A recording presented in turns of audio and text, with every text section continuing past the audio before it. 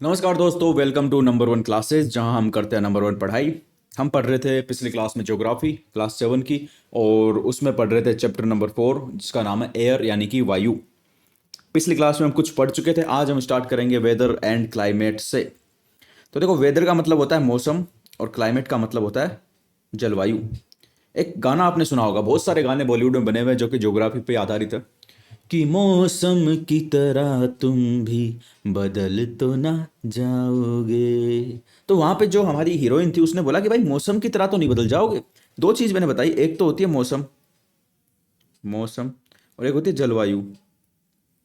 मौसम को तो बोलते हैं वेदर और जलवायु को बोलते हैं क्लाइमेट। मौसम जो होता है वो हर 2-4 महीने में बदलता रहता है। जैसे कभी हमको सर्दी लगती है, कभी हमको गर्मी लगती है, गर्मियों में गर्मी लगती है, सर्दियों में सर्दी लगती है। लेकिन मौसम तो 2-4 महीनों में बदलता है, लेकिन जलवायु जो होती है ना मित्रों, वो 2-4 महीनों में नहीं बदलती, वो 20-30-40 साल में बदलती है। तो इसीलिए उस हीरोइन ने कहा कि भाई तुम मौसम की तरह तो नहीं बदल जाओगे, यानी 2-4 महीने बाद बदल तो नहीं जाओगे, जलवायु की तरह नहीं बदल जाओगे, ऐसा नहीं पूछा, क्योंकि 30-40 साल में तो लोग वैसे बदलते हैं, लेकिन मौसम की तरह मत बदलना प्लीज। तो इसको पता था कि भाई मौसम जल्दी बदलता है, जलवायु धीरे धीरे बदलती है। अच्छा, तो ये जो मौसम और जलवायु है यानी वेदर और क्लाइमेट है, इसका हवा से यानी एयर से क्या संबंध है वो हम समझेंगे। तो देखो, पहले वेदर और क्लाइमेट समझते हैं। It is hour to hour and day to day condition of atmosphere. क्या weather includes temperature, humidity, air pressure and rainfall.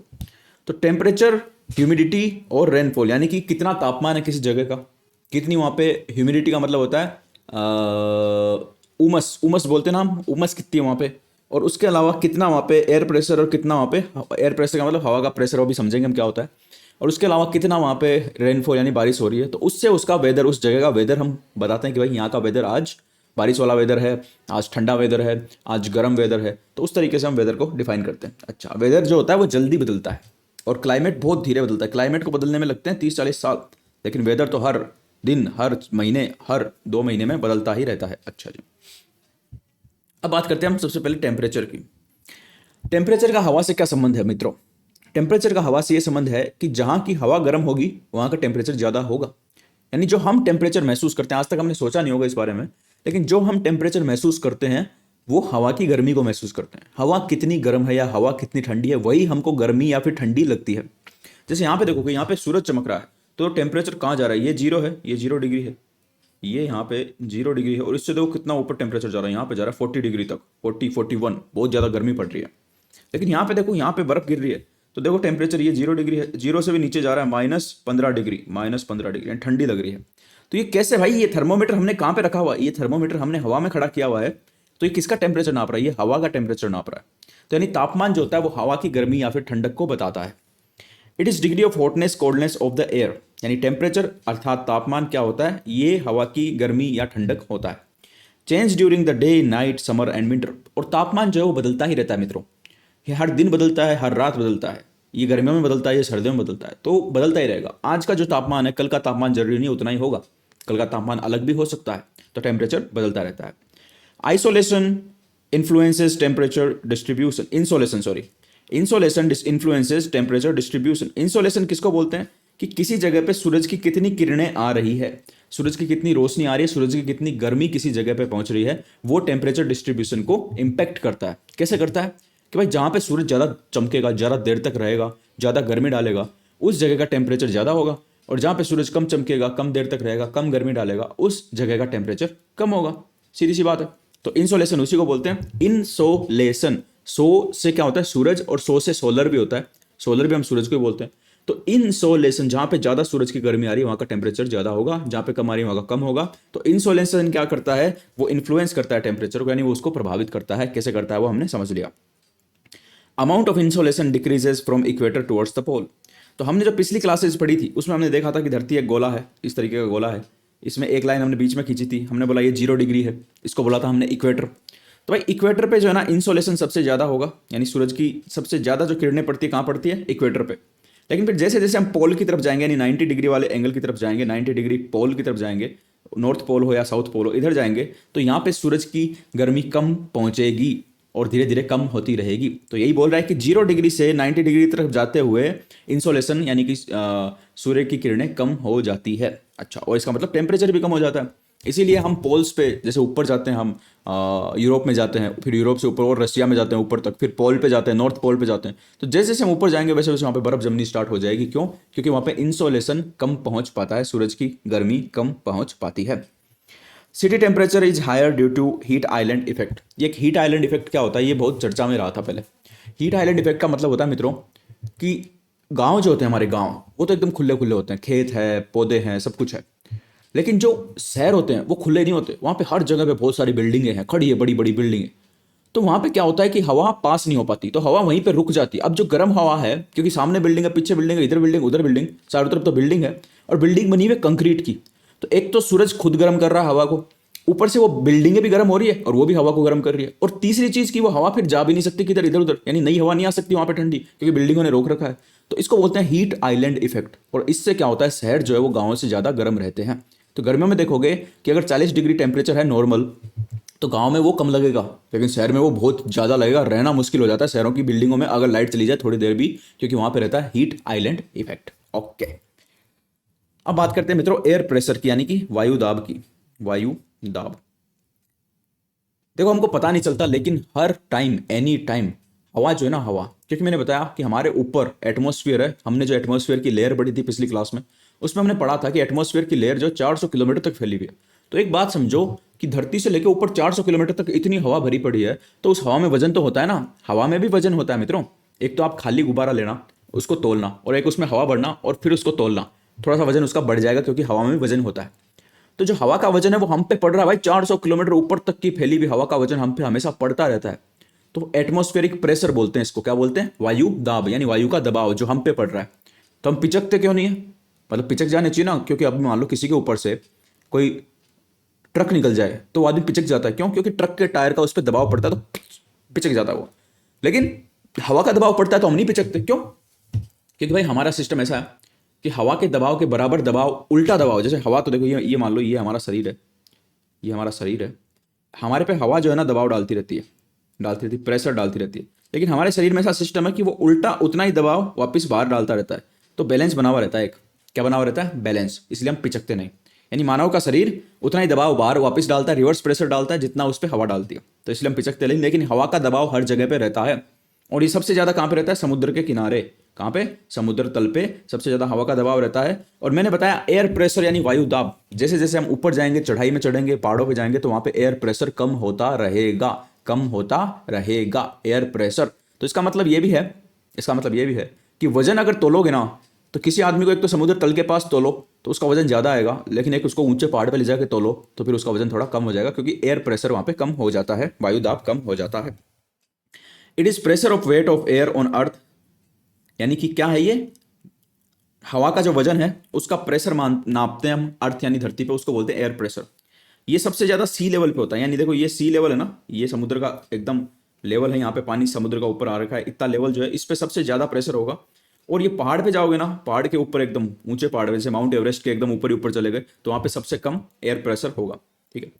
Increase in height, decrease in pressure, जैसे जैसे हम हाइट यानी कि ऊंचाई पे जाएंगे वैसे वैसे एयर प्रेशर यानी कि वायु दाब कम होगा। ये उल्टा रिलेशन है, ऊंचे जाओगे वायु दाब कम होगा, नीचे आओगे वायु दाब बढ़ेगा, ऐसे उल्टा चलता है इसका सिस्टम, उल्टा है ना। टेम्परेचर, उल्टे सिस्टम को क्या बोलते हैं? उल्टा जो रिलेशन होता है उसको इनवर्स रिलेशन बोलते हैं इंग्लिश में, inverse. Temperature also influences air pressure. तो मैंने बताया वायु दाब जो होता है ना, वायु दाब, मैंने हवा के बारे में बताया था कि हवा जो है वो, हमने जब पिछली क्लास में पढ़ा था कि हवा जो है वो कहाँ से चलती है, वो हाई प्रेशर से लो प्रेशर की ओर चलती है। और फिर मैंने वो हाई प्रेशर और लो प्रेशर जब तुमको समझाया था, तो मैंने ये बताया था कि जहाँ पे गर्मी ज़्यादा सूरज की पड़ती है ना, और वहाँ की हवा गर्म हो जाती है, तो वो गर्म होकर हल्की बन जाती है और ऊपर उठ जाती है। तो जहाँ से हवा ऊपर उठ गई वहाँ पे खाली हो जाता है नीचे की जगह, तो उससे बन जाता है लो प्रेशर। और जहाँ पे ठंड रहती है तो ठंडी हवा भारी रहती है तो वो नीचे बैठती है, तो वहाँ पे बन जाता है हाई प्रेशर। तो इसलिए टेम्परेचर यानी कि तापमान भी वायु दाब को प्रभावित करता है। ये हमने पिछली क्लास में ढंग से समझा था, नहीं देखी तो बिल्कुल जाके वो क्लास देखना। Increase in temperature reduce air pressure, इसमें भी उल्टा सिस्टम है।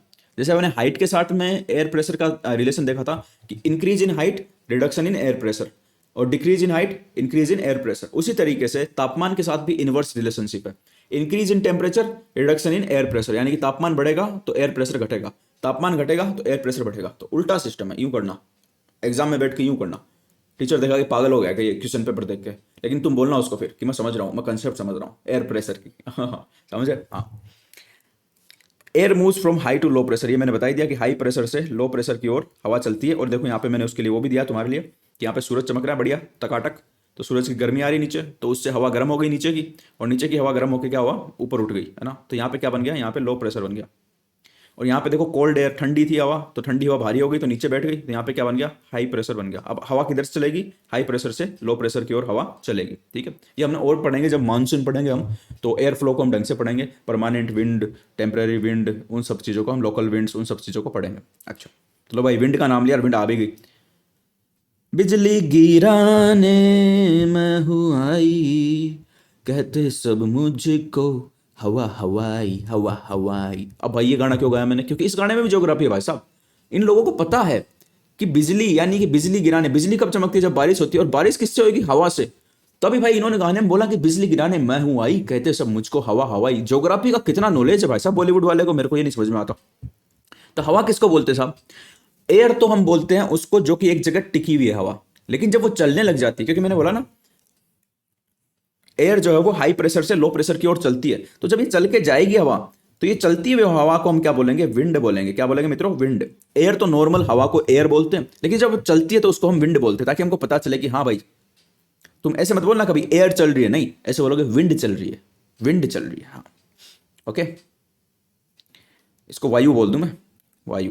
ठीक है, it is movement of air from high to low pressure. Wind क्या होती है, हाई प्रेशर से लो प्रेशर की ओर हवा जब चलती है, दौड़ती है, तो उसको बोलते हैं विंड। देखो ये आदमी उड़ गया, अरे भाई हवा चल रही है इधर से, इसके धक्का लगाया उड़ गया, ये देखो पेड़ पकड़ के खड़ा है। हालांकि ये मजाक की बात है।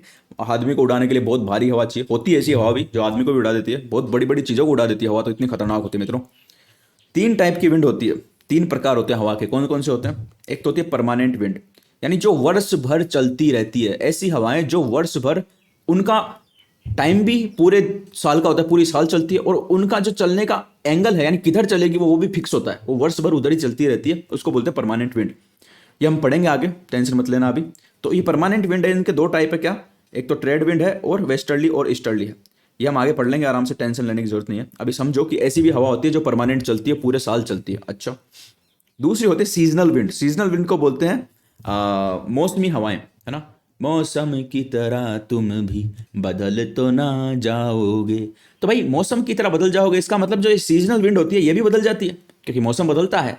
और जो हमारे गाने वाले ने बताया था, मौसम की तरह तुम भी बदल तो ना जाओगे, तो इसका मतलब सीजनल विंड, परमानेंट विंड बदलती नहीं कभी भी। परमानेंट विंड तो चलती रहेगी, पूरे साल चलती रहेगी। लेकिन सीजनल विंड बदल जाती है मित्रों, ये कभी इधर चलती है तो कभी उधर चलती है, कब किधर चलती है वो हम आगे पढ़ेंगे। तो सीजनल विंड में जो मेन विंड आती है वो आती है मॉनसून विंड, यानी कि मानसूनी हवाएं। मानसून के बारे में डिटेल में हमको पढ़ना है, ज्योग्राफी में मानसून डिटेल में पढ़ना ही पड़ता है। अच्छा हाँ, अब बात करते हैं भाई साहब लोकल विंड की। तीसरे टाइप की विंड कौन सी होती है, लोकल विंड, यानी कि लोकल हवाएं। लोकल को क्या बोलते हैं, स्थानीय, स्थानीय पवनें।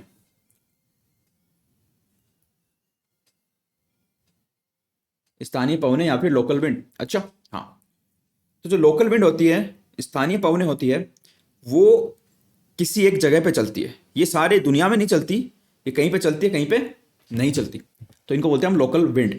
तो इनके बारे में हम आगे पढ़ेंगे, लेकिन अभी ये याद रखना कि विंड यानी हवाओं के तीन प्रकार होते हैं। एक तो होती है स्थायी पवनें, यानी परमानेंट विंड जो साल भर चलती है। दूसरी होती है, दूसरी कौन सी होती है बताओ, सीजनल विंड्स, यानी कि मौसमी पवनें, जो कि कभी चलती है इधर, कभी चलती है उधर, बदल जाती है वो मौसम की तरह। और तीसरी होती है लोकल विंड, जो कि पूरी धरती पे नहीं चलती, किन्हीं स्पेशल जगहों पे चलती है, और उनका अलग अलग नाम होता है। ये सारी हम आगे पढ़ेंगे। जैसे अभी बात करूँ तो मैं लू, जो हमारी चलती है गर्मियों में लू, तो उसको लोकल विंड है, क्योंकि उसको भारत में ही चलती है, वो भारत और आसपास के एरिया में, और उसको इसलिए लू बोलते हैं हम लोग लोकल भाषा में। लेकिन अमेरिका में जाओगे तो अमेरिका में नहीं चलेगी वो, और वहाँ पे उसको लू नहीं बोलेंगे, और ही कुछ बोलेंगे। अच्छा हाँ, तो देखो ये होती है हवा। आदमी उड़ जाता है, पेड़ हिलने लग जाते हैं, और हवा किधर से किधर चलती है, हाई प्रेशर से लो प्रेशर की ओर हवा चलती है। ठीक है, अभी ऊपर वाला मत देखना, ये आगे आएगा, इसका ध्यान देने की जरूरत अभी नहीं है। ठीक है, अच्छा चलो आगे बात करते हैं मॉइस्चर की। मॉइस्चर को बोलते हैं नमी। नमी, नमी मतलब कि हवा जो होती है ना, हवा, हवा भी दो टाइप की होती है मित्रों। एक तो होती है ड्राई एयर, कैसी होती है, DRY, अरे मेरा ये थोड़ा सा, हाँ एक होती है ड्राई एयर। क्या होती है? ड्राई एयर यानी सूखी हवा।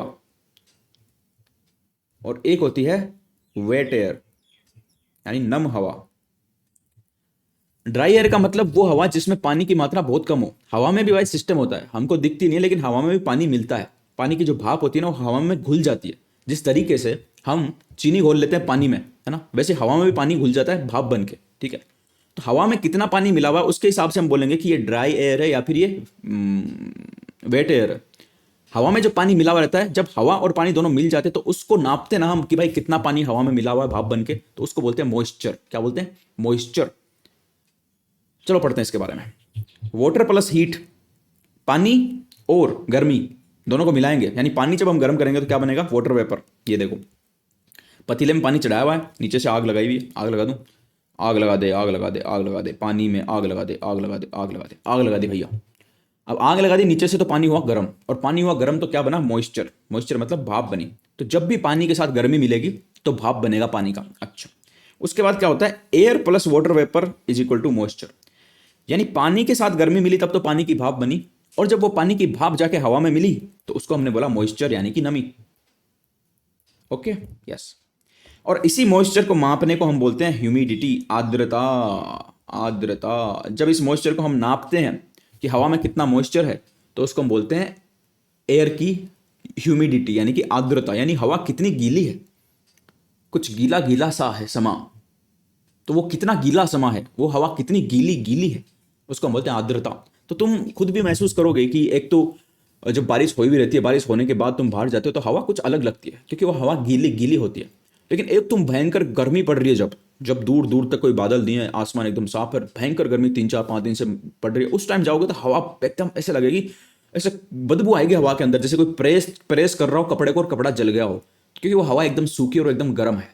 तो इसीलिए मैंने जो वापस बताया एक बार रिपीट कर देता हूँ, पानी और गर्मी मिलते हैं तो बनती है क्या? वेपर। पानी और गर्मी मिलकर बनाते हैं वेपर यानी कि भाप।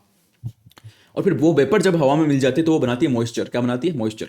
और उसी मॉइस्चर को नापते हैं, उसको हम बोलते हैं ह्यूमिडिटी। ठीक है, अच्छा, स्क्रीनशॉट लेना चाहो तो ले सकते हो। ये देखो, ये भाई क्या कर रहा है, ये मुंह पे पानी डाल रहा है। क्यों? क्योंकि भैया ठंडा नहीं हो रहा इसका दिमाग, इसका दिमाग गर्म हो गया जैसे तुम्हारा हो रहा है। इधर देखो, ये देखो, ये जंगल में देखो, ये क्या है भाई?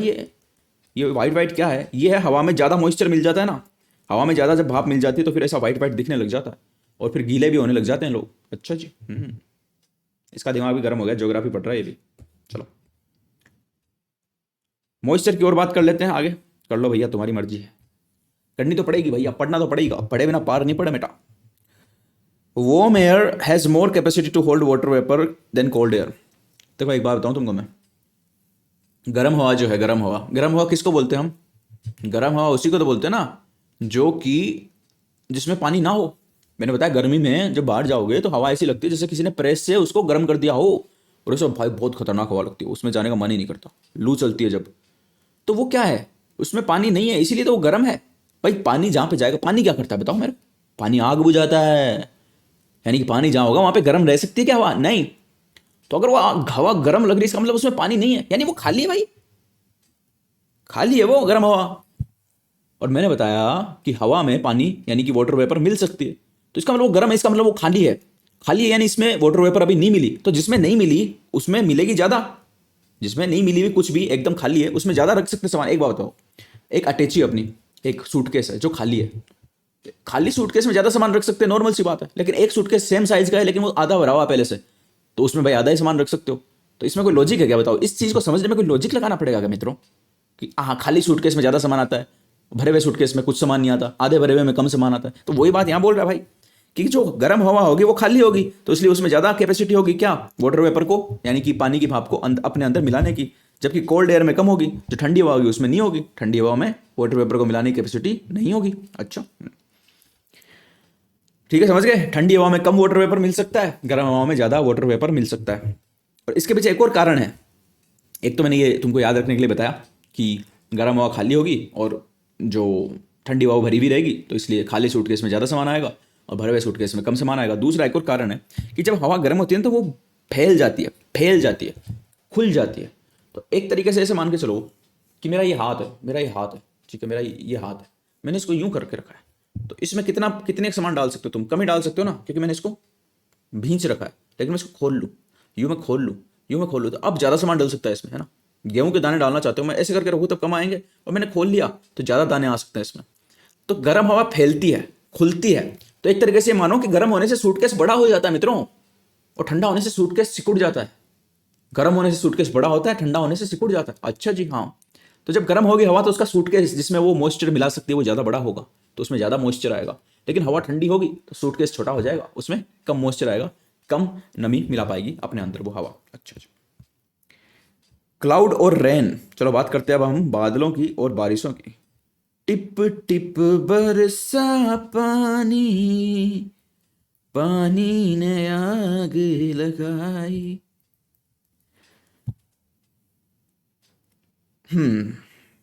बादल बादल बादल बादल बादल बादल बादल बादल, ये आ गए भाई बादलों की तरफ। ये पानी भरा हुआ था, यहाँ पे पानी भरा हुआ था। पानी रे पानी तेरा रंग कैसा, तो नीला रंग है पानी का, दिख रहा है हमको। तो जब पानी भरा हुआ रहेगा और सूरज ऊपर से चमकता रहेगा, तो सूरज क्या करेगा, नीचे डालेगा गर्मी अपनी। ओ भाई साहब, पानी पे गर्मी डालेगा, लाल लाल डाल दूं इसको मैं। ओ भाई साहब, ये लाल लाल सूरज की गर्मी पानी पे गिर रही है, गिर रही है, गिर रही है, और पानी गर्म हो रहा है। और जब पानी गर्म होता है, मैंने अभी दिखाया था तुमको कि जब भी गर्म होता है तो भाप बनता है। तो पानी गर्म होगा मित्रों, मित्रों मेरे प्यारे भाइयों बहनों, जब भी पानी गर्म होगा तो भाप बन जाएगा। भाप बन के वो टुक टुक टुक टुक टुक टुक टुक टुक टुक टुक ऊपर उड़ने लगेगा। क्यों? क्योंकि भाप ऊपर जाती है, गर्म चीज हल्की होती है, और हल्की चीज ऊपर जाती है, ठंडी चीज भारी होती है, ठंडी चीज नीचे जाती है। खोपड़े में ये चीज हमेशा रखना। पानी ऊपर जाएगा, ऊपर गया, ऊपर गया, ऊपर गया, ऊपर गया। लेकिन लेकिन हम अभी अभी एटमॉस्फेयर पढ़ के आए हैं, हमको पता है ऊपर का जो है ना टेम्परेचर कम रहता है बिडू। ऊपर का टेम्परेचर कम रहता है, नीचे का टेम्परेचर ज़्यादा रहता है। जैसे जैसे ऊपर जाएंगे तो टेम्परेचर कम होगा। ट्रोपोस्फेयर में, मैंने बोला बादल कहाँ बनते हैं, ट्रोपोस्फेयर में, क्षोभ मंडल में। तो जैसे जैसे ऊपर जाएंगे टेम्परेचर कम होगा। तो ये पानी ऊपर तो जा रहा है, गर्म गर्म हो रखा है, पानी ऊपर जा रहा है, ऊपर जा रहा है, लेकिन ज़्यादा ऊपर जाएगा तो फिर ऊपर टेम्परेचर कम रहेगा।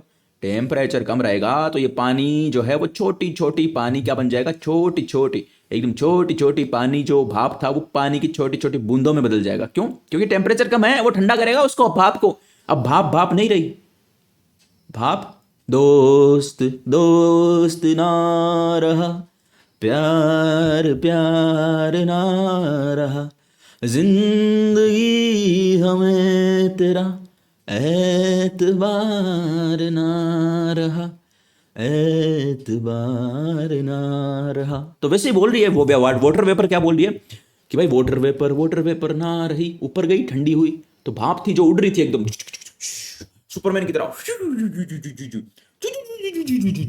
सुपरमैन की तरह ऊपर उड़ रही थी। ऊपर था मौसम ठंडा, ठंडा होने से वो पानी फिर से क्या बन गया, भाप से पानी बनने लगा। लेकिन वो पानी की बूंदे इतनी छोटी है मित्रों, इतनी छोटी है, अभी इतनी छोटी है वो पानी की बूंदे कि वो नीचे नहीं आ सकती अभी, नहीं, इतना वजन नहीं उसमें। पानी बहुत छोटा हो सकता है। हम जो देखते हैं वो तो देखते हैं कि पानी नीचे आता है, लेकिन पानी को एकदम छोटा कर दोगे, एकदम छोटा कर दोगे तुम, तो फिर वो ऊपर रहेगा हवा में। तो फिर वो छोटी छोटी पानी की बूंद इकट्ठी हो जाती, छोटी छोटी, मेरी छोटी छोटी पानी की बूंद यहाँ पे इकट्ठी हो गई। मेरी छोटी छोटी बूंदों को कोई पकड़ो, कोई नहीं पकड़ सकता इनको। क्यों? क्योंकि ये बादल बन गए। अब बादल, बादल बन गए हैं बादल। और बादल बन के अब क्या होंगे, ये उड़ेंगे, इधर के उधर, उधर के इधर। उड़ता फिरू मस्त गगन में, पंछी बनूं उड़ता फिरू मस्त गगन में। तो इसने बोला बादल बनूं, किसने बोला?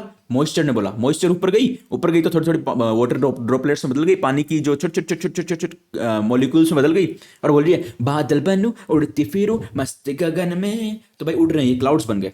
अब फिर क्या होगा, फिर भाई ये क्लाउड्स रहेंगे, ये उड़ेंगे उड़ेंगे उड़ेंगे, और पानी मिलेगा, और पानी मिलेगा, और पानी मिलेगा, और ऊपर जाएंगे, और ऊपर जाएंगे। अब भाई छोटी छोटी बूंदें तो नीचे रहेगी, नीचे रहेंगे तो बूंदें छोटी छोटी रहेगी, लेकिन ये और ऊपर जाएंगे तो फिर भाई क्या होगा, ये बूंदें आपस में मिल जाएगी, एक दूसरे से टकराएगी और मिल जाएगी, और टकराएगी और मिल जाएगी, और टकराएगी और मिल जाएगी।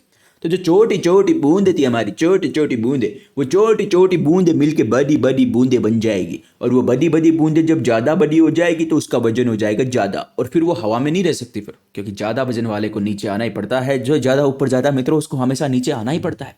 तो ये जो छोटी छोटी बूंदें थी, ये बड़ी बड़ी बूंदें जैसे बनेगी और इनका वजन ज़्यादा हो जाएगा, तो इनको ग्रेविटी यानी कि धरती का गुरुत्वाकर्षण बल नीचे की ओर खींचेगा, नीचे की ओर खींचेगा। तो फिर ये बड़ी बड़ी बूंदें नीचे आएगी, टिक टिक टिक टिक टिक, और फिर बड़ी बड़ी बूंदें हमारे पे आकर गिरेगी, और हम बोलेंगे वाह, लगता है बर्फ गिरने वाली है, नहीं, लगता है बारिश होने वाली है, नहीं, लगता है ओले गिरने वाले हैं, नहीं। ये तीनों को ही हम बोलते हैं, क्या बोलते हैं? प्रीसिपिटेशन, यानी चाहे बर्फ गिरो, चाहे ओले गिरो, चाहे पानी गिरो, उसको बोलते हैं प्रेसिपिटेशन। लेकिन जब पानी गिरता है, लिक्विड पानी गिरता है, तो उसको हम बोलते हैं क्या? वर्षा, वर्षण, रेन। तो this is rain and that's why we call it brothers and sisters rain drop. Rain drop, वर्षा की बूंदें। क्यों? क्योंकि वो बूंदें ऊपर बनी थी, वो इतनी बड़ी बन गई थी, इतनी बड़ी बन गई थी कि फिर ऊपर नहीं रह पाई, वो नीचे आके गिर गई हमारे ऊपर। तो समझ गए? This is the cycle. ये साइकिल हमेशा चलता रहता है। कैसे? इधर से पानी उठा, इधर से पानी उठा, वाटर वेपर बन के गया, बादल बना, इधर आया, ज्यादा मोटी बूंदे हुई, वापस नीचे आई, वापस पानी में मिल गई, फिर पानी चला, फिर पानी उठा, फिर पानी चला, फिर पानी उठा, फिर पानी उठा, फिर पानी गिरा, फिर पानी उठा, फिर पानी गिरा। तो ये सिस्टम हमेशा चलता रहता है, करोड़ों साल से चलता आ रहा है, आगे भी चलता रहेगा। तो this was the process of rain. मैंने अभी तुमको सिंपल भाषा में समझाया, आगे हम इसको और देखेंगे। अच्छा, वाटर वेपर वार्म एयर के साथ मिलके ऊपर उड़ती है। जो पानी की भाप है, जब गर्म हवा के साथ मिलती है तो ऊपर उड़ती है। Increase in height, decrease in temperature, vapour start cooling. जैसे जैसे ऊपर जाती है टेम्परेचर कम होता है और वेपर ठंडी होने लगती है। Cooling vapour condenses in from water droplet. तो वो कूलिंग वेपर यानी जो ठंडी हो रही है भाप, वो कंडेंस यानी कंडेंस होती है, वो उसको कंडेंस का मतलब संकुचन होती है, संकुचित होती है। एंड देयर आफ्टर वो भाई साहब वाटर ड्रॉपलेट यानी छोटी छोटी पानी की बूंदे बना लेती, छोटी छोटी। When droplets become heavy, they came down as precipitation. जब वो छोटी छोटी पानी की बूंदे एक दूसरे से मिलकर बहुत बड़ी बड़ी पानी की बूंदे बन जाती है, तो मेरे मित्रों वो फिर नीचे आती है। नीचे आती है तो उसको बोलते हैं प्रेसिपिटेशन। और फिर वो नीचे किस फॉर्म में आ रही है? वो क्या वो एकदम लिक्विड वाटर के जैसे आ रही है? अगर वो तरल पानी के जैसे आ रही है तो उसको हम बोलेंगे रेन। अगर वो छोटी छोटी मुलायम मुलायम बर्फ के एकदम एकदम छोटे छोटे मुलायम मुलायम बर्फ के टुकड़ों फ्लेक्स के रूप में आ रही है तो उसको बोलेंगे हम आइस फॉल। और अगर वो मोटे मोटे पत्थर जैसे ओलों के रूप में आ रही है, हेल के रूप में आ रही है, तो हम बोलेंगे उसको हेल स्टॉर्म, ओले गिरना। अच्छा अच्छा, अब ये देखो भैया, ये क्या चाह रहा भैया? और भैया ये क्या है? ये बता दो हमको तो हमारी जिंदगी सफल हो जाएगी। आज तक हम यही सोच रहे हैं कि ससुर हवाई जहाज जाता है, पीछे से ये धुआं क्यों निकालता है? इतनी धुआं, इतना प्रदूषण करता है क्या हवाई जहाज? तो मेरे प्यारे मित्रों, तो मैं तुमको एक बात बता देता हूँ आज कि ये जो है, ये तुम जिसको सोचते हो कि धुआं है, ये असलियत में धुआं नहीं है। तुम्हारी सारी उम्मीदों पे पानी फेरते हुए मुझे परम दुखी हो रहा है। लेकिन मैं तुमको बताता हूँ, यह धुआं नहीं है। ये क्या होता है कि जो थोड़ी सी धुआं निकालता है ना, थोड़ी सी धुआं जो निकालता है हवाई जहाज अपने इंजन से, तो उसके साथ में नमी भी निकलती है, नमी, मॉइस्चर निकलता है। अब क्योंकि ऊपर का मैंने तुमको तापमान बताया, तुमको बताया मैंने स्ट्रेटोस्फेयर में उड़ता है हवाई जहाज, स्ट्रेटोस्फेयर में यानी कि समताप मंडल में। तो वहां पे तापमान भाई -40 -45 ऐसे होता है ना, -40 डिग्री। तो जैसे ही वो नमी, वो भाप बाहर निकलती निकलती वो जम जाती है, और जैसे जमेगी तो मैंने क्या बताया, वो बादल जैसी बन जाएगी। तो ये एक टाइप के बादल है जो हवाई जहाज बना रहा है। अच्छा हाँ, जेट प्लेन इस तरीके के काम करते हैं, इस तरीके के कांड करते हैं। समझ में आई तुमको आज कि धुआं नहीं थी, ये तो नमी थी जो बाहर आके जम गई, और इसलिए हमको दिख रही है धुआं के जैसी। धुआं नहीं थी ये। प्रेसिपिटेशन, प्रेसिपिटेशन की बात हमने की। प्रेसिपिटेशन को बोलते हैं वर्षण। वर्षण मेनी टाइप, बहुत सारे टाइप का होता है। रेन होता है, स्लोफॉल होता है, ऐसा ऐसा ऐसा होता है। देखो यहाँ पे क्या हो रही है? बारिश। छत्ते लेके चल रहे हैं लोग, बारिश हो रही है। लेकिन लेकिन यहाँ पे क्या हो रही है? यहाँ पे भैया बारिश हो रही है, लेकिन किसकी बारिश हो रही है? यहाँ पे बारिश हो रही है बर्फ के छोटे छोटे छोटे छोटे स्मूथ स्मूथ टुकड़ों की, एकदम रुई के जैसे होते हैं, एकदम कोमल कोमल। तो इसको हम बोलते हैं स्नोफॉल। क्या बोलते हैं? स्नोफॉल, यानी स्नो यानी कि बर्फ गिर रही है ऊपर से। और ये से भाई सब ऐसे ऐसे मोटे मोटे बम आते हैं ना ऊपर से, पत्थर जब भगवान फेंकते हैं बर्फ के बना बना के, तो उनको हम बोलते हैं हेल। हेल ये भाई, ये नरक है, ये हेल स्टॉर्म बोलते हैं इसको। इसकी हेल ऐसी नहीं होगी, HAIL ऐसे होगी। तो हेल स्टॉर्म बोलते हैं इसको जब ऊपर से बहुत भयंकर आते हैं, तो है ना। ओके, यस, चलो। तो इन सबको बोलते हैं प्रेसिपिटेशन यानी वर्षण। अब बात कर ले रेनफॉल की थोड़ी सी, कि भाई रेनफॉल यानी कि वर्षा कितने प्रकार की होती है। इसके प्रकार होते हैं, तुमको पता है? अभी क्योंकि हम तो जहाँ पे रहते हैं, जहाँ पे भी तुम रहते होगे, तो वहाँ पे तुमने एक आधी टाइप की वर्षा देखी होगी। लेकिन पूरे पूरे पूरे विश्व की बात करूँ मैं, थोड़ी सी आज मेरी फोटो थोड़ी अलग सी आ रही है। पूरे विश्व की अगर मैं बात करूँ तो वहाँ पे बहुत प्रकार की वर्षा होती है, बहुत सारे प्रकार की। कौन कौन से प्रकार की होती है भाई बताओ मेरे को। मेरे को तो ये जानना है, मेरी ज़िंदगी इससे सफल होगी। अभी बताता हूँ तुमको मैं अभी बताता हूँ, रुको। तेरे को तो मैं अभी बताता हूँ, रुक तू। रेनफॉल, रेनफॉल का मतलब वर्षा। कितने टाइप की होती है? 3 टाइप की होती है भाई। ये भी कितने टाइप की होती है? 3। भाई साहब ये 3 का क्या चक्कर है? हमारे 3 देवता होते हैं, 3 तिगाड़ा काम बिगाड़ा बोलते हैं, 3 टाइप की वर्षा होती है। ये 3 का क्या चक्कर, पता नहीं क्या चक्कर है। 3 टाइप की कौन सी होती है? एक तो होती है कन्वेक्शनल रेनफॉल, एक होती है ओरोग्राफिक रेनफॉल, और एक होती है साइक्लोनिक रेनफॉल। कन्वेक्शनल हिंदी में थोड़ा सा मामला गड़बड़ा जाएगा भाई, हिंदी मेरे को याद नहीं आ रही इनकी, मेरे को ट्रांसलेट करके देख लेने दो, अगर ठीक से बता दे तो ये, हालांकि ये भी कभी कभी ठीक से नहीं बताता हरामखोर। संवहनात्मक, संवहनीय, हाँ संवहनीय वर्षा, ओरोग्राफिक रेनफॉल, पर्वतीय वर्षा, साइक्लोनिक रेनफॉल, चक्रवाती वर्षा। तो संवहनात्मक वर्षा, पर्वतीय वर्षा और चक्रवाती वर्षा। तो जो हमने वो वाली वर्षा देखी थी ना मित्रों, सबसे पहले जो हमने देखी थी इधर, इधर वाली जो देखी थी ना, ये उड़ के ऊपर जा रहा है, फिर इधर से गर्म हो रहा है, फिर नीचे आ रहा है, ये वाली थी कन्वेक्शनल रेनफॉल। कौन सी थी? Convectional rainfall. कन्वेक्शनल रेनफॉल यानी कि पानी गर्म होकर ऊपर जाए और फिर जब ज़्यादा बड़ी बड़ी बूंदें हो जाए तो नीचे गिर जाए, इसको बोलते हैं कन्वेक्शनल रेनफॉल। ये हम देख चुके। अब बाकी बच्चे भी 2 भी देख लेते हैं। चलो, मैंने बताया 3 टाइप की होती है। दूसरी होती है ओरोग्राफिक रेनफॉल। ओरोग्राफिक रेनफॉल ये क्या होती है?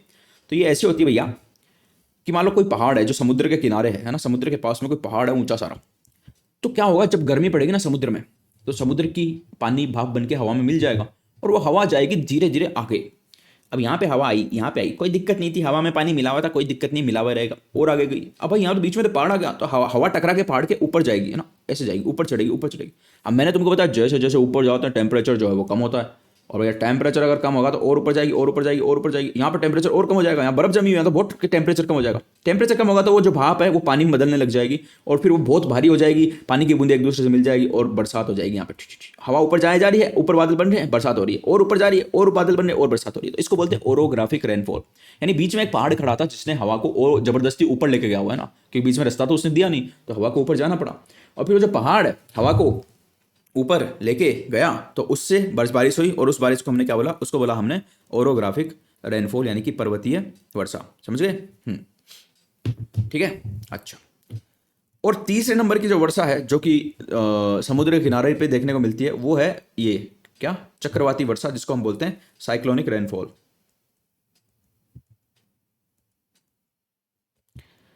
साइक्लोन आते हैं, चक्रवात आते हैं, तुमने पढ़ा होगा, बहुत सारे आते हैं। जैसे अभी तो एक ताऊते चक्रवात आया था, है ना, और भी आते रहते हैं, अपने पश्चिम बंगाल में आते रहते हैं, गुजरात की साइड में आते रहते हैं चक्रवात।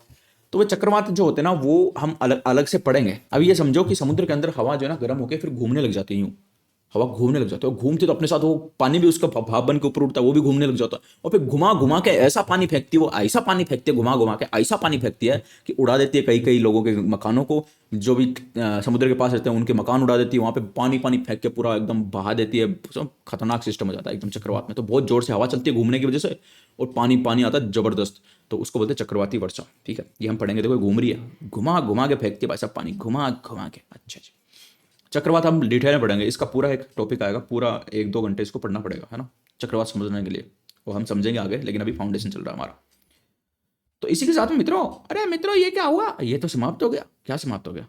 समाप्ति हो गई आज के चैप्टर की, एयर वाला चैप्टर समाप्त हो गया। अब नेक्स्ट क्लास में हम कौन सा चैप्टर नंबर 5 स्टार्ट करेंगे। तो मेरे को लगता है कि अच्छी तरीके से समझ में आ गया होगा और कोई प्रॉब्लम नहीं रहेगी। रहे प्रॉब्लम तो भाई कमेंट करके बताना, और अपने मित्रों के साथ और भी शेयर करो ताकि वो भी आनंद पूर्वक रूप से ज्योग्राफी पढ़ सके और समझ सके। Thank you very much for watching the video. नीचे सब्सक्राइब बटन दिया हुआ है, उसको दबा देना जरूर से, और उधर उधर जो है ना, उधर उस साइड, जिस साइड मेरा पेन है उस साइड में पूरी की पूरी प्लेलिस्ट आ रही है, जिसमें देख सकते हो सारी वीडियो मैंने ज्योग्राफी की जो बनाई वो सारी वीडियो मिल जाएगी उधर।